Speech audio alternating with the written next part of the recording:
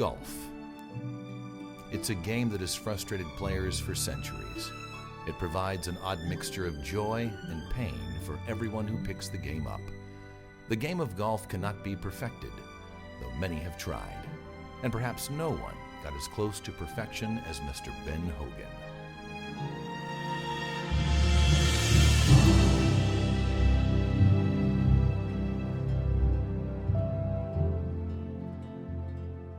Our story begins with a student and a lesson, the way the game has been passed down from generation to generation.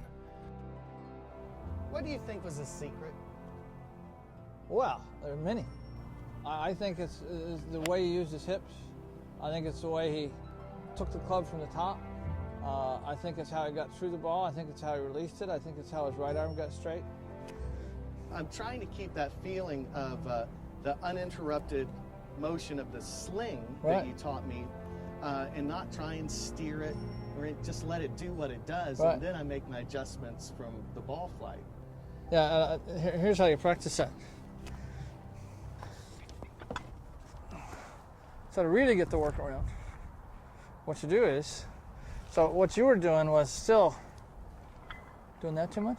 So what you want to do is, you want to just go here, and do this as hard as you can. Now, what you do is see how low I keep my foot, and the thing that's great about this is how close it wants to stay, because you're never going to have not going to have that instinct, right?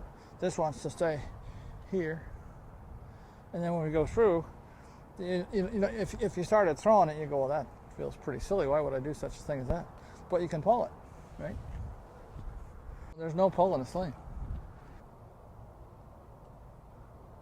I believe the most important golfer that ever lived was, without question, Mr. Hogan, because he gave us so much. And there's obviously there's people that are in his league, but I to me, and what he did, and the precision that he had was unlike no other.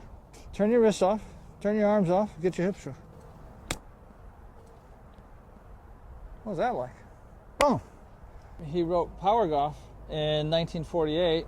The pictures in Power Golf are the best pictures in golf instruction.